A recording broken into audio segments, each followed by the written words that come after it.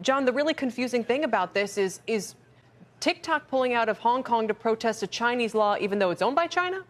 Yes, though TikTok is sort of an outside of China operation. There's a similar app that operates inside China. The stakes are incredibly large here, though, Kelly. And I think that because we've never had something like TikTok in this app era that is made by a Chinese company and sort of becomes a global phenomenon, particularly here in the U.S. And I think TikTok is trying now to make an argument that it's sort of the new digital Hong Kong. Like it's Chinese, but it's global. It's based in China, but not beholden to China. And it's not clear whether China is really going to allow that. They don't seem to be allowing it for actual Hong Kong. And then there's the question, then does TikTok sort of have to pull a Taiwan and split off in the digital realm from China, and what will the implications be of that? Right, because Nile, to me, it seems like a little bit of intentional posturing to say, look, we're so not owned by China, we're going to pull out of Hong Kong over their new laws, as if to signal to the rest of the world,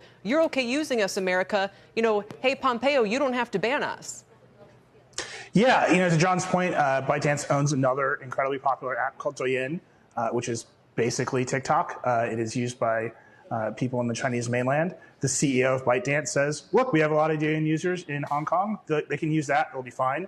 We're going to separate TikTok out in Western countries, particularly the United States.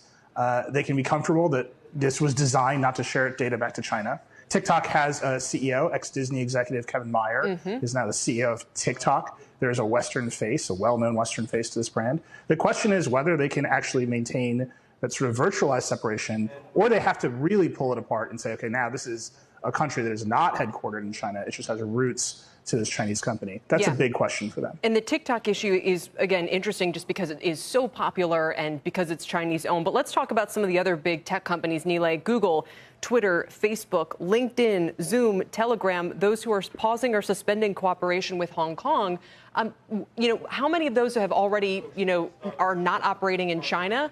And what happens to those who are doing so and are going to have to face the Chinese coming back to them and saying, well, then fine, you can't operate in China. You can't. Yeah, I think you've hit the nail on the head there. The question is whether Hong Kong is now part of China. And I think these companies are really wrestling with that. The United States government doesn't really have a strong position on it right now, so they're kind of taking matters into their own hands. I pulled some numbers on the big three that you mentioned. In the last 6 months of 2019, Google had 48 data requests in Hong Kong. Facebook had 241. There's not that same data for Twitter, but in the first half of 2019, Twitter only had 3 data requests in Hong Kong. The question is whether, under Chinese control with this new national security law, those numbers are set to skyrocket. And I think these companies are saying, before that happens, we're going to take a breath and decide whether we want to keep doing business in this market, which is now effectively part of China. We're already not in China. The loss of business here is not a big deal, and we could just not be in this fight.